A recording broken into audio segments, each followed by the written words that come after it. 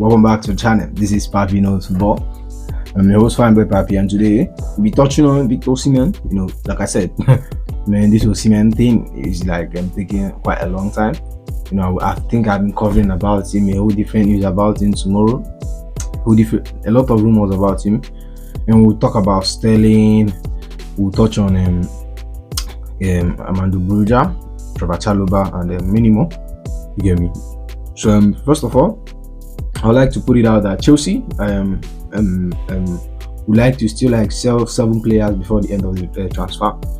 So reports that Chelsea are aiming to part with up to 7 players ahead of Friday, moving Sterling and other unwanted players out of the breach ahead of Friday transfer deadline could have a bearing on the club successfully signing a striker in the coming days. Okay, yeah, possibly. I think Chilwell is Chilwell and Sterling is out of the door.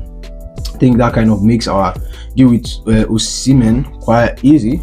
It makes the deal with Osimhen very, very easy. So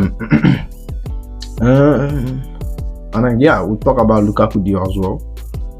Nothing has happened to it, but it's safe.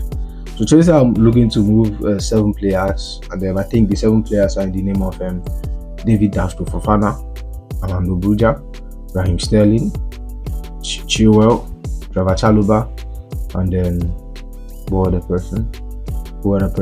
I can't even, maybe Disasi or somewhere around there. You get me?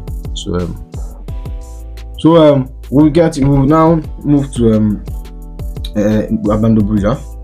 Here we'll be talking about the Jackson's response to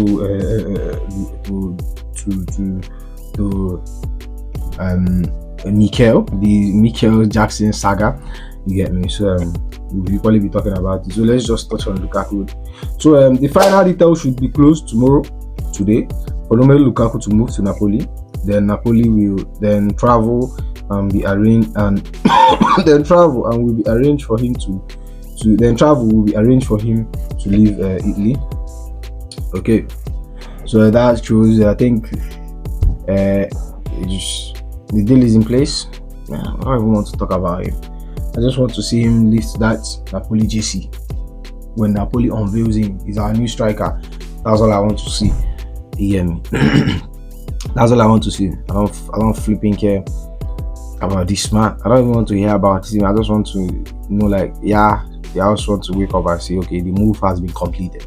Because it's a here we go agreement in place, everything is in place, but it's not quite a done deal. It's not done. You get me? So I just can't wait for that brother to leave the club. So and then we'll be talking Atlanta and Trevor Chalobah. So I said in one of my videos that Trevor Chalobah transferred has kind of gone cold and nobody is talking about it, or no club is interested or showing interest that much. But reporters said that Atlanta has made an attempt to sign Trevor Chalobah. However, the negotiation is difficult due to high salary that he receives at Chelsea and then also the figures requested by the Blues. What is Italian club there? Italian clubs. I don't know. Is it that they don't have money or what? Italian clubs always want to get players on cheap. Apart from Juventus, even them, they equally want to get players on cheap in some cases. But apart from Juventus, Italian clubs always love getting players on cheap. Maybe because there's not much money in their league. I understand, but if you have to sign Trevor Chalobah, you have to pay him what he's worth. Minus that Chelsea doesn't want him. He's a very, very good player. You get me? And like I said, I wish the deal doesn't go through. So I think he's one of the players that might be integrated back to the squad, because we have a very defense problem. So there are chances that Trev might, be called back, given a chance, the starting 11. I just pray that happens again.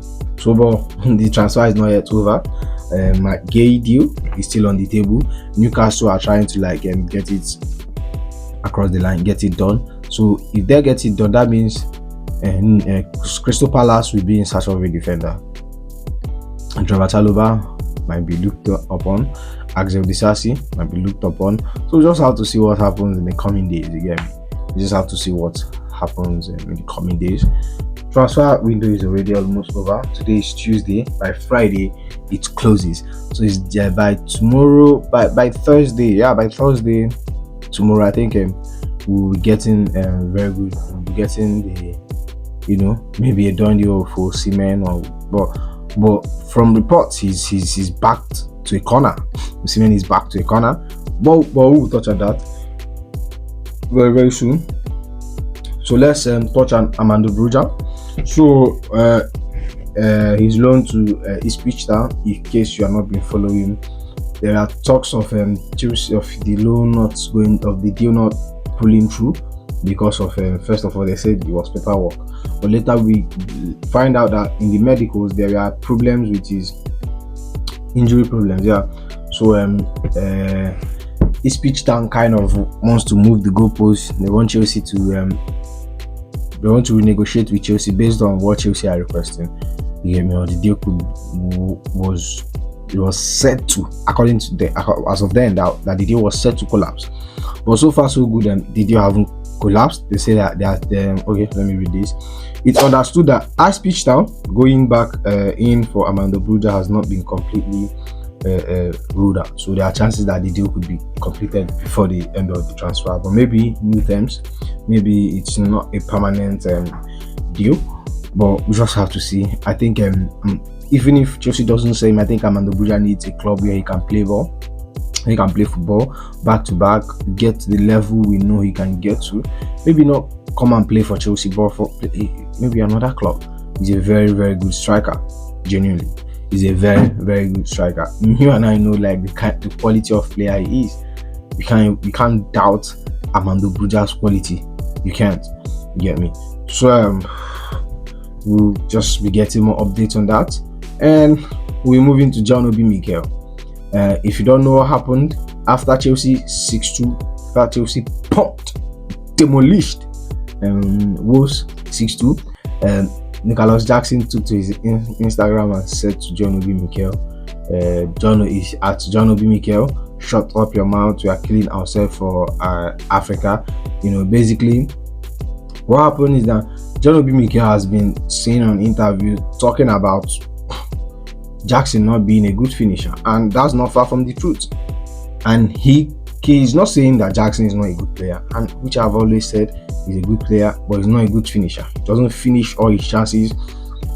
We can see what he wants to do. He wants to play for the team. He like I've said, I've praised some of his attributes, his link up play, his pressing, but we can't say same for his finishing. He has a very terrible, very bad finishing, which I think if he could work on, or if he works on it, he's going to be a world-class striker, because bro, that boy is a flipping raw talent. But he said to John Mikel, shut up your mouth, this one down, and people are like, you're not meant to do that or something like that. But one thing I didn't react to that yesterday, but one thing I wanted to say is I understand that he's angry, and the thing is that you can't get someone angry and gauge their reaction, which I understand, but that's like from a personal standpoint, and I'm not saying maybe, and he's a young man like me, so I understand.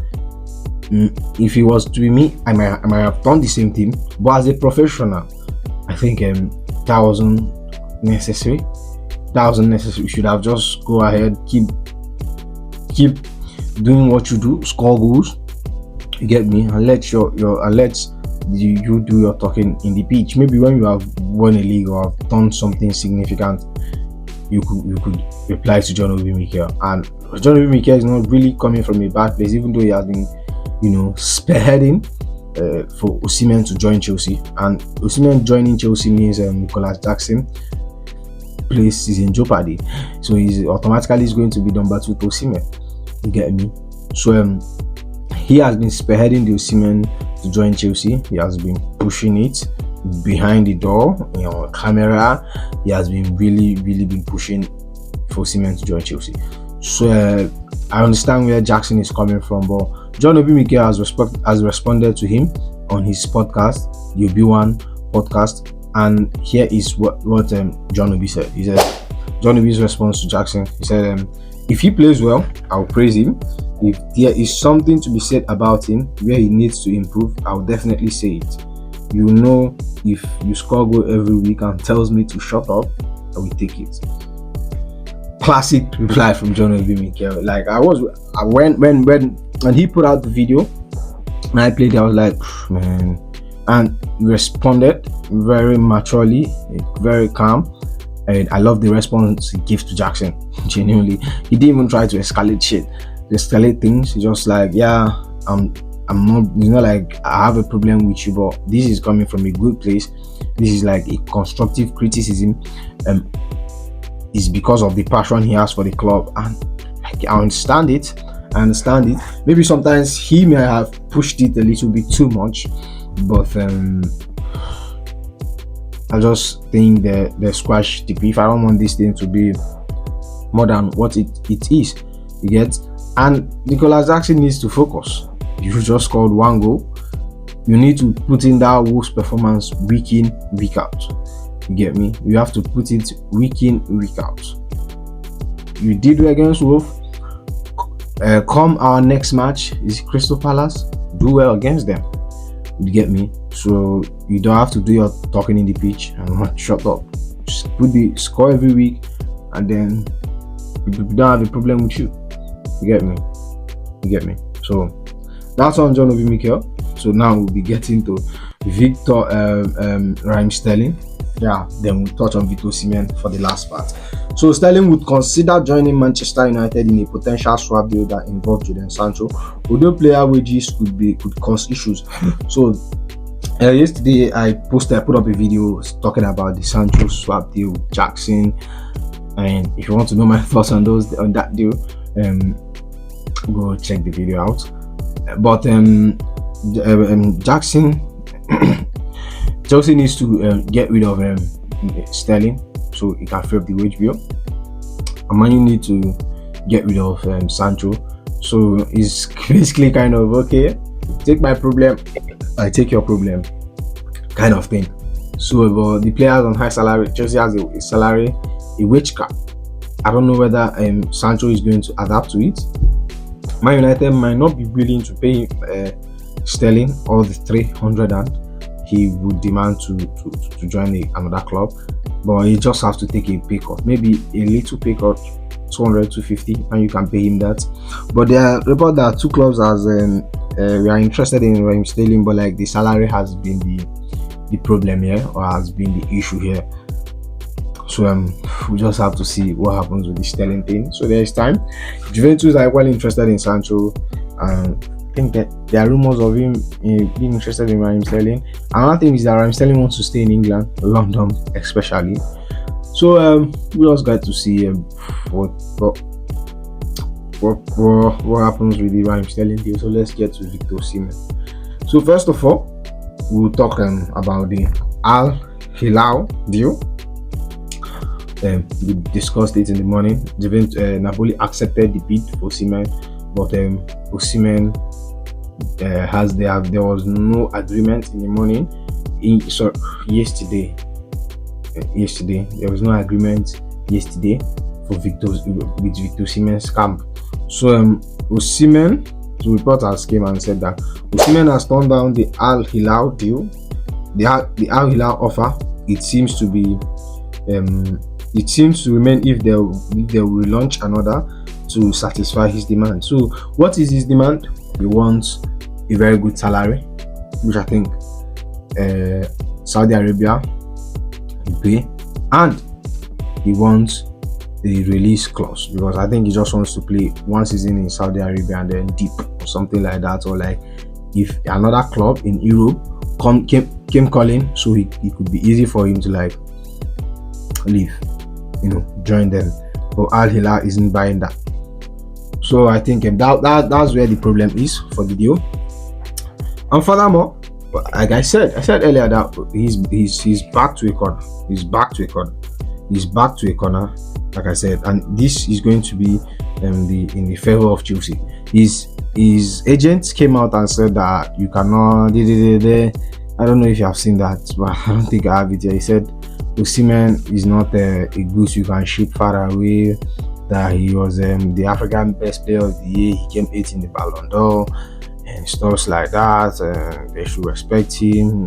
You respect it for them to buy into what he wants, and he's still a Napoli player and stuff. I don't know what to say about the work of his agent. I don't know what to say about it. Your work should be finding a big club for Victor to play, not you coming on social media to debunk rumors and talk shit. Funny guy. So according to reports that have said is that despite rumors, Jadon Sancho and Victor Osimhen will not join PSG. They have made it known to Osimhen representative last week that they want to reactivate contact with Napoli for the striker. That's what I said. Osimhen is kind of backed in a corner. I think what we'll see by the transfer deadline is that what we see in the transfer deadline is that Chelsea will now compromise, and Osimhen is ready. I think Osimhen will fold first. You get me? Chelsea will compromise, give him a very good salary, but Chelsea. The thing is that Chelsea wants to, okay, we'll make you the top thing at the club, but this is what is going to happen. Seasons where there are no Champions League, you have to basically take a wage cut. You have to take a pay cut for seasons where there are no Champions League. You get me? Or Chelsea are like, okay, come play with us. We get to Champions League, we give you the salary you want, which I think is fair. But genuinely, I think it's fair. But Osimhen doesn't want that. You get me? So we have little to no time remaining in the transfer window. Today is Tuesday. You get me? Wednesday, Thursday, Friday, then the transfer window closes. So I think in the next 48 hours we'll know. 72 hours we'll know what lies ahead for Victor Osimhen. But I think come ending of this transfer, Chelsea will sign him because they don't have much of that unless Saudi Arabia pulls, give him what he wants. That's the only way he's going to join them. So Fabrizio has came and said on the same video is that Chelsea interest in Osimhen has always been on, but has always been on a loan. But Osimhen wants permanent deal. I would also keep an eye on. I would also keep an eye on John Duran. So if Osimhen deal doesn't work out, Chelsea might go and then sign John Duran. And remember, the beginning of the summer, John Duran was the striker we are linked with, and I was like, we don't really need that brother. He's a good player, but we don't need him. So Chelsea might reactivate the John Duran deal. Let's see what happens. If the Osimhen deal didn't pull through, so Chelsea might make the personal terms won't be an issue. Personal terms won't be an issue for John Duran because he really wants to join Chelsea. So Chelsea are equally okay. Chelsea continue to talk with Victor Osimhen and his camp over the weekends, but they still have works to do to convince the striker to make a move to Stamford Bridge late in the transfer window. Bro, I think there is a chance. That Osimhen comes to Chelsea come ending of this transfer window. I think there's a very, very big chance that happens. I genuinely think it's gonna happen. You get me? So that's all. So just let me know your thoughts on all the things we talk, and then this is the point where you like, comment, and subscribe, and I'll see you in the next one. Goodbye.